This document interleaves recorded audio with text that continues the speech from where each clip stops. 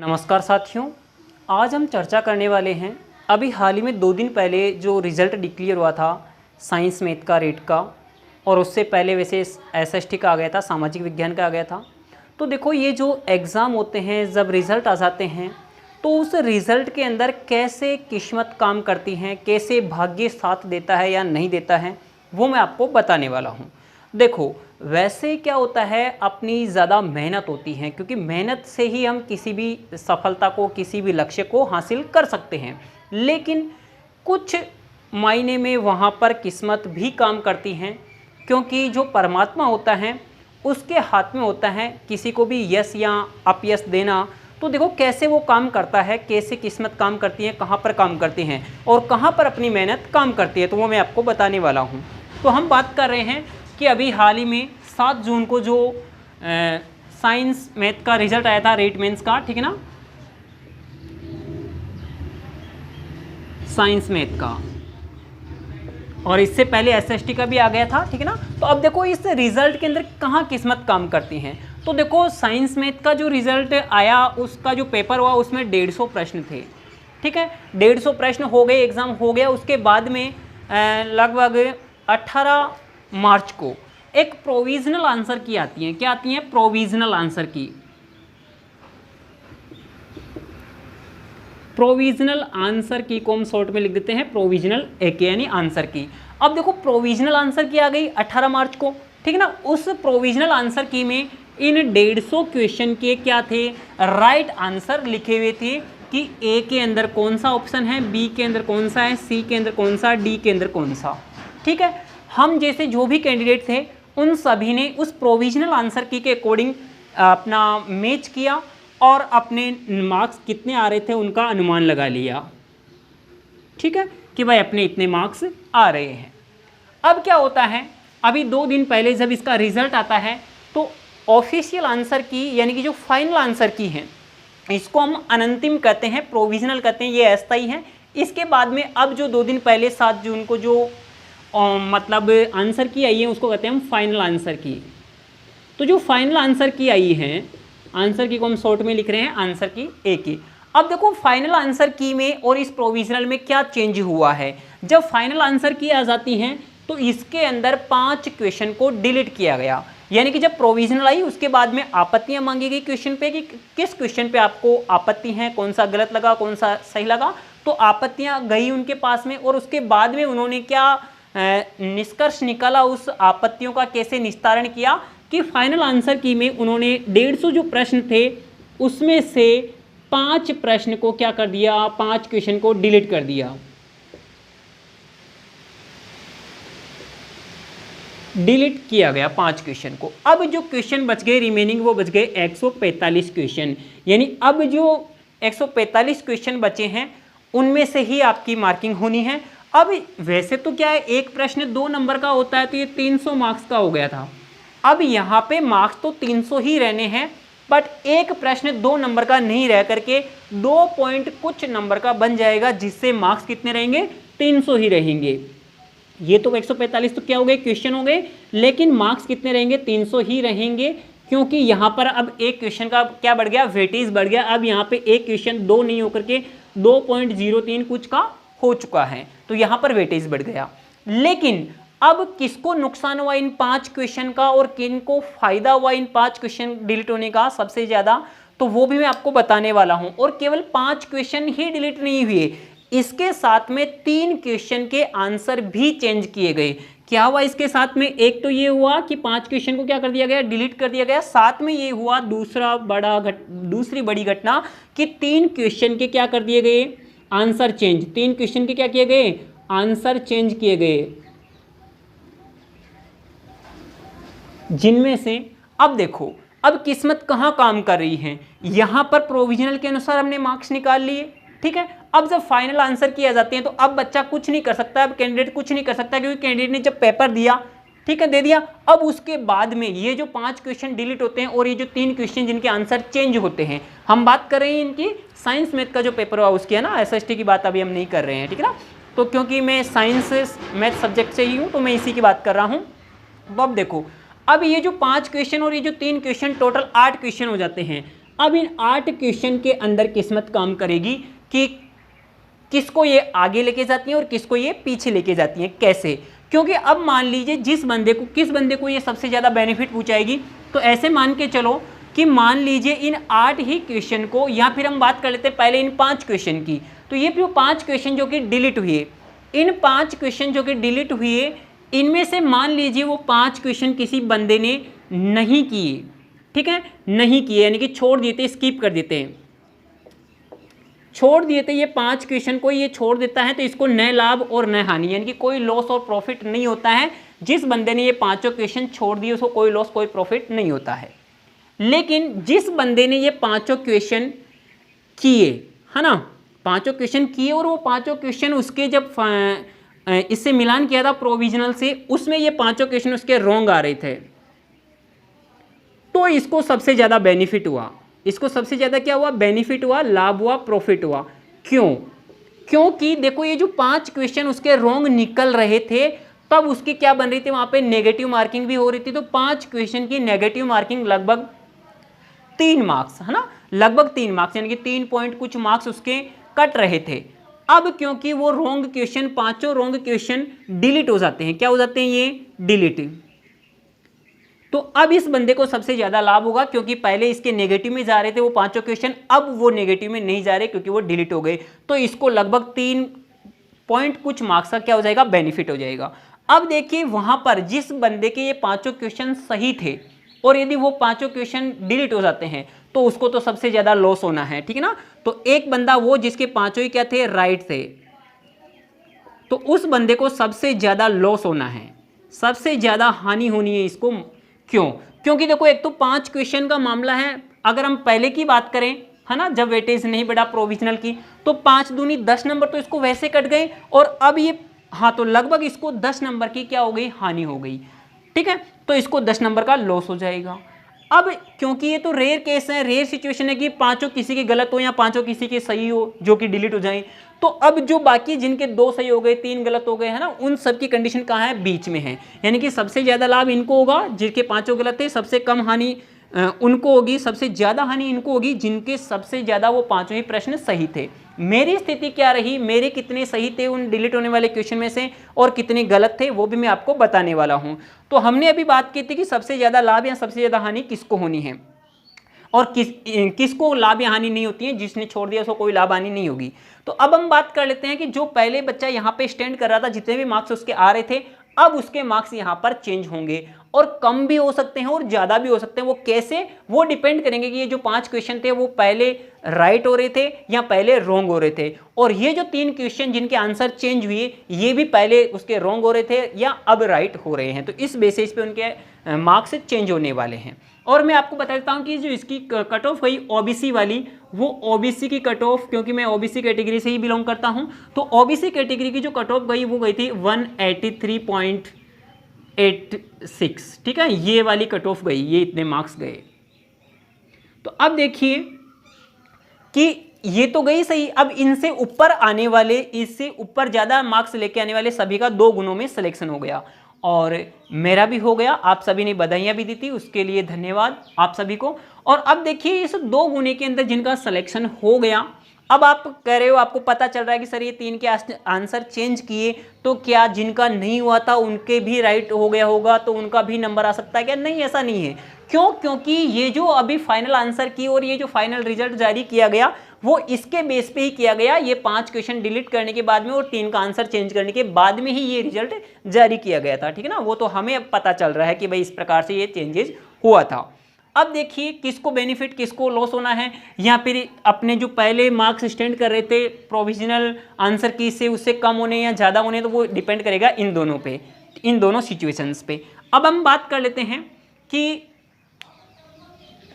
देखो, हम बात कर लेते हैं कि यहाँ पर मेरे साथ क्या हुआ, मेरे को यहाँ पे लॉस हुआ या बेनिफिट हुआ। तो देखो अगर हम बात करें पहले जो मार्क्स आ रहे थे और अब जो मार्क्स आ रहे हैं, देखो पहले जो मार्क्स आ रहे थे वो एक क्वेश्चन के 2 मार्क के अनुसार अगर मैंने बात की तो वहाँ पे मेरे को स्टैंड कर रहा था 194, यानी कि 97 क्वेश्चन, अगर हम 97 क्वेश्चन हो जाएंगे, ठीक है ना, 97 क्वेश्चन मेरे काट पीट के राइट निकल रहे थे। है ना, 194 मार्क्स सही निकल रहे थे और अभी कट ऑफ गई है 183। लेकिन अभी की क्या सिचुएशन है, अभी क्या मेरे 94 मार्क्स ही हैं या कम हो गए या ज़्यादा हो गए, तो वो डिपेंड करता है इन क्वेश्चंस पे कि इन क्वेश्चंस में से पहले मेरे कौन राइट अगर डिलीट हो गया तो मेरे कम हो जाएंगे, और अगर मेरे पहले रॉन्ग वाला डिलीट हुआ है तो मेरे मार्क्स बढ़ जाएंगे। यहाँ पर भी सिचुएशन ऐसी है कि अगर मेरे पहले क्वेश्चन गलत हो रहा होगा और अब सही हो गया होगा फाइनल आंसर की के अकॉर्डिंग, तो यहाँ पे नंबर बढ़ेंगे, नहीं तो कम हो जाएंगे। तो इस प्रकार से हम कह सकते हैं कि यहाँ पे किस्मत काम कर रही है, क्योंकि अब यहाँ पे हम कुछ नहीं कर सकते हैं। अब जो क्वेश्चन डिलीट हुए और जो आंसर चेंज हुई उनमें तो हम अब और आंसर को सही करने से रहे, जो हो रखा है उसी के आधार पे रिजल्ट बनेगा। तो यहाँ पर हम कह सकते हैं कि भाई यहाँ पे हम किस्मत का खेल मान सकते हैं कि यहाँ पे उसका भाग्य साथ देगा तो वो क्वेश्चन रॉन्ग हो रहा था वो अब सही हो जाएगा, और अगर उसकी किस्मत साथ नहीं देगी तो जो पहले सही हो रहा था वो भी अब रॉन्ग हो जाएगा, क्योंकि अब उसका कुछ भी नहीं कर सकते हैं। तो यहाँ पर हम इसको किस्मत का खेल या भाग्य का खेल मान सकते हैं। तो देखो मेरे साथ क्या हुआ, जो 5 क्वेश्चन थे जो डिलीट हुए थे, जो डिलीटेड 5 क्वेश्चन थे, उनकी स्थिति में अपनी स्थिति बता रहा हूं कि मेरे उन 5 क्वेश्चन में से मुझे दुख हुआ या सुख हुआ, यानी कि लॉस हुआ या हानि हुई, तो वो देखिए। तो देखो इसमें क्या है, 5 क्वेश्चन में से 2 क्वेश्चन मेरे पहले क्या हो रहे थे, रॉन्ग हो रहे थे और ये डिलीट हो जाते हैं। ये जो 2 क्वेश्चन थे और ये 2 क्वेश्चन क्या हो जाते हैं, डिलीट हो जाते हैं। तो मुझे इनका बेनिफिट मिलता है, क्योंकि पहले ये मेरे क्या जा रहे थे, नेगेटिव में जा रहे थे। अब मेरे इनके नेगेटिव मार्क्स नहीं कटेंगे, यानी कि यहाँ पे मेरे को कुछ पॉइंटों का बेनिफिट हो रहा था। 2 क्वेश्चन थे तो यहाँ पे 0.66 यानी कि 1.5 नंबर का यहाँ पे मेरे को बेनिफिट हो रहा था। ठीक है, अब अगर बात करें 5 क्वेश्चन में से एक क्वेश्चन ऐसा था जो मैंने स्किप किया, यानी किया ही नहीं, वो भी डिलीट हो गया। वो भी डिलीट हो गया। एक प्रश्न ऐसा था जिसको मैंने किया ही नहीं, वो डिलीट हो गया। तो इस क्वेश्चन का मेरे को कुछ बेनिफिट नहीं हुआ और नहीं लॉस हुआ। लेकिन बात तो इन 2 क्वेश्चंस की है जो मेरे राइट हो रहे थे, जो पहले मेरे इस प्रोविजनल आंसर की के अकॉर्डिंग ये 2 क्वेश्चन राइट हो रहे थे, जो कि अब फाइनल आंसर की के अकॉर्डिंग डिलीट कर दिए गए। तो यहां पर इन 2 क्वेश्चंस की बात करें तो इन 2 क्वेश्चन का लगभग, क्योंकि प्रोविजनल के अकॉर्डिंग ही देखें तो 4 मार्क्स, तो इन 4 मार्क्स का मुझे क्या हो जाता है, यहाँ पर लॉस हो जाता है। बताओ यहाँ पे रॉन्ग की वजह से नेगेटिव हट जाने की वजह से मेरे को 1.5 नंबर का फायदा हुआ था, लेकिन यहाँ पे देखो लॉस कितना हो रहा है, 4 मार्क्स का। 4 मार्क्स मेरे लॉस में चले जाते हैं इन 2 क्वेश्चन की वजह से। क्यों? क्योंकि ये 2 क्वेश्चन मेरे पहले राइट हो रहे थे जो अब रॉन्ग हो गए। ये तो ये अपने यहाँ पे अब इसको किस्मत मान सकते हैं। अब हो सकता था ना कि अगर ये 5 ही क्वेश्चन मेरे पहले से ही जो गलत हो रहे थे इसके अकॉर्डिंग अगर वो डिलीट होते तो मुझे ज़्यादा बेनिफिट हो जाता, लेकिन सिचुएशन ऐसी रही। अब बात करते हैं इन 3 क्वेश्चन की जो कि आंसर चेंज हुआ है। अच्छा, ये 3 क्वेश्चन कौन कौन से हैं जिनके आंसर चेंज हुए हैं, तो वो भी मैं आपको अभी बता दूंगा कि ये क्वेश्चन थे, पहले इनका आंसर ये माना गया था और अब जब फाइनल आंसर किया है तो उसका आंसर ये माना गया है, वो भी मैं अभी बता दूंगा आपको। तो इन 3 क्वेश्चन की स्थिति देखिए मेरी कि ये जो 3 क्वेश्चन जिनके आंसर चेंज हुए, 3 क्वेश्चन के क्या हुए थे, आंसर चेंज। तो इन 3 क्वेश्चन के आंसर चेंज हुए, उनमें से 2 क्वेश्चन, इन 3 की में से 2 क्वेश्चन ऐसे थे जो मेरे इसके अकॉर्डिंग प्रोविजनल आंसर की के अकॉर्डिंग क्या हो रहे थे, रॉन्ग हो रहे थे। ठीक है, और अब फाइनल आंसर की के अकॉर्डिंग भी वो रॉन्ग ही रह जाते हैं, यानी कि आंसर चेंज होने के बाद में भी मेरे राइट नहीं होता है। अब यदि मान लो मेरी किस्मत साथ देती तो वो, क्योंकि आंसर चेंज हुआ था, आंसर चेंज होने का मतलब है कि पहले जो 4 ऑप्शन थे ABCD, उनमें से मान लीजिए यहाँ पर मैं बात करता हूँ कि कौन सा क्वेश्चन अगर आंसर चेंज किया गया था तो अभी आपको बता दूंगा वो कौन सा किया गया था। लेकिन मैं अभी आपको एक बार के लिए बता दूं कि जो मतलब यहाँ पर आंसर चेंज किया, मान लो पहले B था अब C को मान लिया, है ना, एग्जांपल के लिए, तो अभी भी वो मेरे सही नहीं हुआ, यानी कि 2 क्वेश्चन पहले भी रॉन्ग थे अभी भी रॉन्ग है, तो यहाँ पर इनका मेरे को बेनिफिट नहीं हुआ। ठीक है, लेकिन इन 3 क्वेश्चन में से एक क्वेश्चन ऐसा था जो मेरे पहले रॉन्ग हो रहा था लेकिन अब राइट हो गया। तो अब इसके एक क्वेश्चन का मुझे क्या हो गया, बेनिफिट हो गया, लेकिन 2 क्वेश्चन का मेरे को क्या हो गया, वापस से रॉन्ग हो जाने की वजह से यहाँ पे न बेनिफिट और न ही प्रॉफिट। तो यहाँ पे 2 क्वेश्चन का तो कुछ नहीं हुआ, लेकिन इस एक क्वेश्चन जो पहले रॉन्ग हो रहा था प्रोविजनल के अकॉर्डिंग, अब फाइनल आंसर की के अकॉर्डिंग वो राइट हो जाता है। तो यहाँ पे मेरे को लगभग 2 मार्क्स का, क्योंकि अब मार्क्स क्या हो गए, 2 से बढ़ गए, एक क्वेश्चन का 2 नंबर नहीं रहा, 2 से कुछ ज्यादा मिलेगा। तो यहाँ पर मैं मान सकता हूँ कि लगभग यहाँ पे 2 से कुछ ज्यादा नंबर का मेरे को क्या हो गया, प्रॉफिट हो गया। यहाँ पे 2.03 कुछ मार्क्स का मेरे को क्या हो जाता है, प्रॉफिट हो जाता है। तो देखो यहाँ पर 4 मार्क्स का लॉस हो गया और यहाँ पे 2 मार्क्स का प्रॉफिट और यहाँ पे लगभग 1.5 मार्क्स का प्रॉफिट। तो कुल मिलाकर के मेरे को जितना लॉस हुआ वापस से उतना प्रॉफिट नहीं हुआ। कहने का मतलब मेरे जो मार्क्स हैं वो 194 से कुछ कम हो गए, घट गए। अब वो कितने घटे, तो मैं क्या है कि अब एक एक क्वेश्चन को सेक्शन वाइज बनाऊंगा, उसके कितने मार्किंग करूंगा और आपको बताऊंगा कि टोटल कितने मार्क्स मेरे को ऑब्टेन हो रहे हैं, प्राप्त हो रहे हैं। अच्छा, ये जो किस्मत का खेल दिखा आपको कि यदि मान लो पहले रॉन्ग हो रहा था अब राइट हो जाता है तो उससे मार्क्स बढ़ जाएंगे, ठीक है ना। तो इसी वजह से ये किस्मत का खेल हम इसको मान सकते हैं, भाग्य का खेल मान सकते हैं, जिससे आपने सुना होगा कि जो होशियार स्टूडेंट हैं और एक मान लीजिए नॉर्मल स्टूडेंट हैं, तो उस नॉर्मल वाले का भी नंबर आ जाता है और होशियार रह जाता है। तो उसकी वजह यही होती है कि ये जो 5 और ये 3 8, अगर हम बात करें इसे टोटल तो 5 और 3 8 हो गए, 8 दूनी 16 नंबर। तो टोटल 16 नंबर का घपला है ये कि 16 नंबर किसी के बढ़ सकते हैं, किसी के कम हो सकते हैं। 16 वैसे मैक्सिमम बता रहे हैं हम, क्योंकि वैसे सभी के गलत और सभी के सही नहीं हो सकते हैं, इसके बीच में ही रहते हैं। लेकिन फिर भी 16 मार्क्स का ये जो अंतर है वो 16 मार्क्स का अंतर, अब किसी के, अब जरूरी नहीं सभी के 16 ही गलत हो या 16 ही बढ़े, लेकिन किसी के 4, किसी के 5, किसी के 6 नंबर कम हो जाएंगे, किसी के बढ़ जाएंगे। तो इस प्रकार से हम इसको मान सकते हैं कि किस्मत का खेल मान सकते हैं इसको। और मैं आपको मेरे कितने मार्क्स अब बन रहे हैं, कैसे हम स्कोर कार्ड बना सकते हैं, है ना, किस किस सेक्शन में कितने क्वेश्चन डिलीट करने के बाद में क्या उसकी नंबरिंग रहेगी, क्या उसके मार्क्स आएंगे, ठीक है ना। तो वो मार्क्स निकालना आपको बताऊंगा नेक्स्ट वीडियो में। चलो, धन्यवाद साथियों। ले आया हूं मैं आपको उस स्क्रीन पे जो 3 क्वेश्चन के आंसर चेंज हुए हैं। तो देखो इसमें से ये जो 133 नंबर का जो क्वेश्चन आपको दिख रहा है, इसका आंसर चेंज हुआ है। अब देखिए इसमें आंसर चेंज क्या हुआ है, पहले क्या माना गया था, अब क्या माना गया है फाइनल आंसर की में। तो देखिए इसका आंसर पहले जो माना गया था वो माना गया था, अच्छा ये जो क्वेश्चन नंबर 133 है ये सीरियल नंबर अलग अलग हो सकता है, क्योंकि ये मास्टर पेपर के अकॉर्डिंग बता रहा हूं मैं आपको, ठीक है। तो मास्टर पेपर के अकॉर्डिंग जिसका मतलब वो जो चिन्ह था वो @ था ना, उसके अकॉर्डिंग ये 133 नंबर पे है। आपके पेपर में ये अलग हो सकता है, लेकिन इस क्वेश्चन का निदानात्मक परीक्षण के पश्चात वाला ये वाला जो क्वेश्चन है, तो मीनल को सीखने में कठिनाई होती थी, है ना। तो इसमें जो पहले प्रश्न का उत्तर माना गया था ये माना गया था अनौपचारिक शिक्षण, यानी कि प्रोविजनल आंसर की के अकॉर्डिंग माना गया था, ये सी वाला ऑप्शन। लेकिन अब जो फाइनल आंसर की आई है उसके अकॉर्डिंग इसका आंसर सी से चेंज कर दिया गया है बी में, और अब फाइनल आंसर की के अकॉर्डिंग इसका आंसर हो गया बी, यानी कि व्यक्तिगत ट्यूटोरियल शिक्षण इसको माना गया है कि वो कौन सी कैटेगरी का है, व्यक्तिगत ट्यूटोरियल शिक्षण कैटेगरी का है। तो इस प्रकार से एक तो क्वेश्चन ये चेंज हुआ है जिसका आंसर। नेक्स्ट क्वेश्चन की अगर हम बात करें तो नेक्स्ट क्वेश्चन ये रहा 134। ये जो 134 नंबर का जो क्वेश्चन है कि दैनिक जीवन में अलग अलग व्यक्ति एक ही घटना को देखते हैं, है ना, लेकिन इनकी रिपोर्ट विश्व दृष्टि में भिन्नता होने के कारण अलग अलग तरीके से तैयार करते हैं, तो ये किस प्रकार का रचनावाद है।